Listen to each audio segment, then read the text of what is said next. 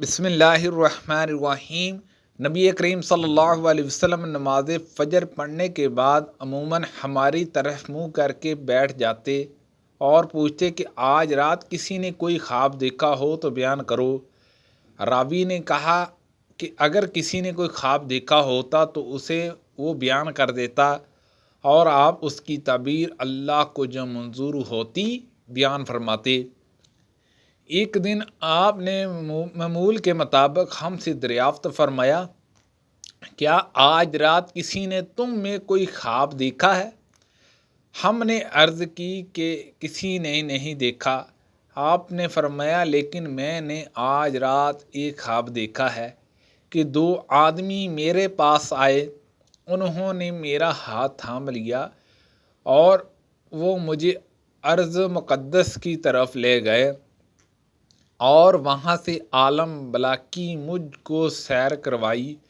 وہاں کیا دیکھتا ہوں کہ ایک شخص تو بیٹھا ہوا ہے اور ایک شخص کھڑا ہے، اور اس کے ہاتھ میں امام بخاری نے کہا کہ ہمارے بعض صحابہ نے غالب عباس بن فیضل اسکاتی نے موسیٰ بن اسماعیل سے یوں ہی روایت کیا ہے، لوہے کا انس تھا جسے وہ بیٹھنے والے کے جبڑے میں ڈال کر اس کے سر کے پیچھے تک چیر دیتا، پھر دوسرے جبڑے کے ساتھ بھی اسی طرح کرتا تھا۔ اس دوران میں اس کا پہلا جبڑا صحیح اور اپنی اصلی حالت پر آ جاتا اور پھر پہلے کی طرح اسے دوبارہ چیرتا۔ میں نے پوچھا، یہ کیا ہو رہا ہے؟ میرے ساتھ کے دونوں آدمیوں نے کہا کہ آگے چلو۔ چنانچہ ہم آگے بڑھے تو ایک ایسے شخص کے پاس آئے جو سر کے بال لیٹا ہوا تھا، اور دوسرا شخص ایک بڑا سا پتھر لیے اس کے سر پر کھڑا تھا۔ اس پتھر سے وہ لیٹے ہوئے شخص کے سر کو کچل دیتا تھا۔ جب وہ اس کے سر پر پتھر مارتا تو سر پر لگ کر وہ پتھر دور چلا جاتا اور وہ اسے جا کر اٹھا لاتا۔ ابھی پتھر لے کر واپس بھی نہیں آتا تھا کہ سر دوبارہ درست ہو جاتا، بالکل ویسے ہی جیسے پہلے تھا۔ واپس آ کر وہ اسے مارتا۔ میں نے پوچھا، یہ کون لوگ ہیں؟ ان دونوں نے جواب دیا کہ ابھی اور آگے چلو۔ چنانچہ ہم آگے بڑھے تو ایک تندور جیسے گڑھے کی طرف چلے جس کے اوپر کا حصہ تو تنگ تھا، لیکن نیچے سے خوب فراغ۔ نیچے آگ بھڑک رہی تھی۔ جب آگ کے شعلے بڑھ کے اوپر کو اٹھتے تو اس میں جلنے والے لوگ بھی اوپر اٹھ آتے اور ایسا معلوم ہوتا کہ اب وہ باہر نکل جائیں گے، لیکن جب شعلے دب جاتے تو وہ لوگ بھی نیچے چلے جاتے۔ اس تندور میں ننگے مرد اور عورتیں تھیں۔ میں نے اس موقع پر بھی پوچھا، یہ کیا ہے؟ لیکن اس مرتبہ بھی جواب یہی ملا کہ ابھی اور آگے چلو۔ ہم آگے چلیں۔ اب ہم خون کی ایک نہر کے اوپر تھے۔ نہر کے اندر ایک شخص کھڑا تھا اور اس کے بیچ میں یزید بن ہارون اور وہاب بن جرا نے جرا بن حازم کے واسطے سے واسطہ الانہار کی بجائے شست الانہار نہر کے کنارے کے لفظ نقل کیے ہیں۔ ایک شخص تھا جس کے سامنے پتھر رکھا ہوا تھا۔ نہر کا آدمی جب باہر نکلنا چاہتا تو پتھر والا شخص اس کے منہ پر اتنی زور سے پتھر مارتا تاکہ وہ اپنی پہلی جگہ پر چلا جاتا، اور اسی طرح جب وہ بھی نکلنے کی کوشش کرتا، وہ شخص اس کے منہ پر پتھر اتنی زور سے مارتا کہ وہ اپنی اصلی جگہ پر نہر میں چلا جاتا۔ میں نے پوچھا، جی کیا ہو رہا ہے؟ انہوں نے جواب دیا کہ ابھی اور آگے چلو۔ چنانچہ ہم اور آگے بڑھے اور ایک ہرے بھرے باغ میں آئے جس میں ایک بہت بڑا درخت تھا۔ اس درخت کی جڑ میں ایک بڑی عمر والے بزرگ بیٹھے ہوئے تھے اور ان کے ساتھ کچھ بچے بھی بیٹھے ہوئے تھے۔ درخت سے قریب ہی ایک شخص اپنے آگے آگ سگلا رہا تھا۔ وہ میرے دونوں ساتھی مجھے لے کر اس درخت پر چڑھے۔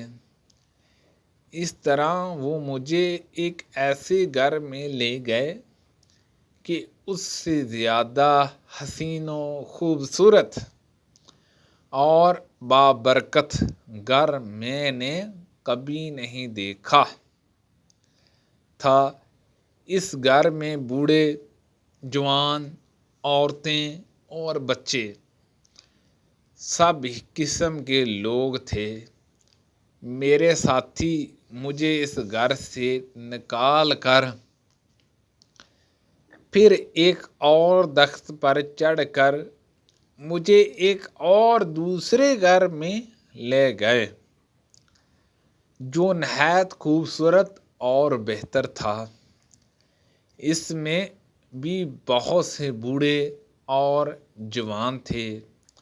میں نے اپنے ساتھیوں سے کہا، تم لوگوں نے مجھے رات بھر خوب سیر کرائی، کیا جو کچھ میں نے دیکھا اس کی تفصیلات بھی کچھ بتلاؤ گے؟ انہوں نے کہا، ہاں، وہ جو تم نے دیکھا تھا، اس آدمی کا جبڑا لوہے کی انک سے پھاڑا جا رہا تھا تو وہ جھوٹا آدمی تھا جو جھوٹی باتیں بیان کیا کرتا تھا۔ اس سے وہ جھوٹی باتیں دوسرے لوگ سنتے تھے۔ اس طرح ایک جھوٹی بات دور دور تک پھیلایا جایا کرتی تھی۔ اس سے قیامت تک یہی عذاب ہوتا رہے گا۔ استغفر اللہ۔ جس شخص کو تم نے دیکھا کہ اس کا سر کچلا جا رہا تھا تو وہ ایک ایسا انسان تھا جس سے اللہ تعالیٰ نے قرآن کا علم دیا تھا، لیکن وہ رات کو پڑا سوتا رہتا اور دن میں اس پر عمل نہیں کرتا تھا۔ اسے بھی یہی عذاب قیامت تک ہوتا رہے گا۔ اور جنہیں تم نے تندور میں دیکھا تو وہ زناکار تھے۔ استغفر اللہ۔ اور جس کو تم نے نہر میں دیکھا وہ سود خور تھا، اور وہ بزرگ جو درخت کی جڑ میں بیٹھے ہوئے تھے وہ ابراہیم علیہ السلام تھے، اور ان کے ارد گرد والے بچے لوگوں کے نابالغ اولاد تھی، اور جو شخص آگ جلا رہا تھا وہ دوزخ کا درگاہ تھا، اور وہ گھر جس میں تم پہلے داخل ہوئے جنت میں عام مومنوں کا گھر تھا، اور یہ گھر جس میں تم اب کھڑے ہو یہ شہداء کا گھر ہے۔ سبحان اللہ۔ اور میں جبرائیل علیہ السلام ہوں، اور یہ میرے ساتھ میکائیل علیہ السلام ہیں۔ اچھا، اب اپنا سر اٹھاؤ میں نے جو ہی سر اٹھایا تو کیا دیکھتا ہوں کہ میرے اوپر بادل کی طرح کوئی چیز ہے۔ میرے ساتھیوں نے کہا کہ یہ تمہارا مکان ہے۔ اس پر میں نے کہا کہ پھر مجھے اپنے مکان میں جانے دو۔ انہوں نے کہا کہ ابھی تمہاری عمر باقی ہے جو تم نے پوری نہیں کی، اگر آپ وہ پوری کر لیتے تو اپنے مکان میں آ جاتے۔ میں والدہ ماجدہ حضرت ابو بکر صدیق رضی اللہ عنہ کی خدمت میں ان کی مرض الموت میں حاضر ہوئی تو آپ نے پوچھا کہ نبی کریم صلی اللہ علیہ وسلم کو تم لوگوں نے کتنے کپڑوں کا کفن دیا تھا؟ حضرت عائشہ صدیقہ رضی اللہ عنہا نے جواب دیا کہ 3 سفید ڈالے ہوئے کپڑوں کا۔ آپ کو کفن میں قمیض اور عمامہ نہیں دیا گیا تھا۔ اور ابو بکر صدیق رضی اللہ عنہ نے ان سے یہ بھی پوچھا کہ آپ کی وفات کس دن ہوئی تھی؟ انہوں نے جواب دیا کہ پیر کے دن۔ پھر پوچھا کہ آج کون سا دن ہے؟ انہوں نے کہا آج پیر کا دن ہے۔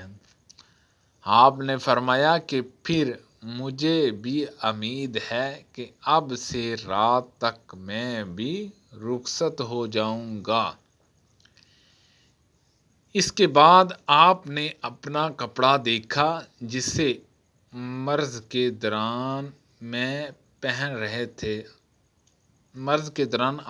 رہے تھے۔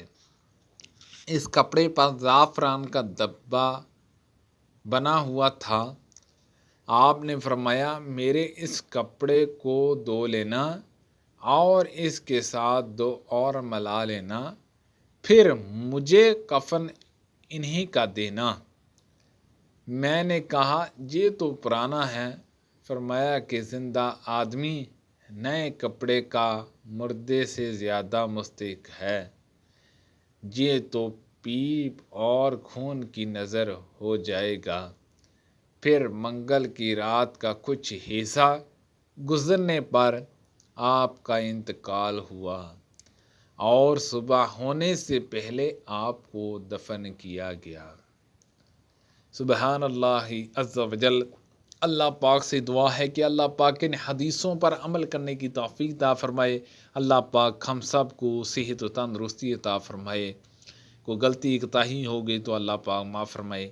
آمین بجاہ النبی الامین صلی اللہ علیہ وسلم۔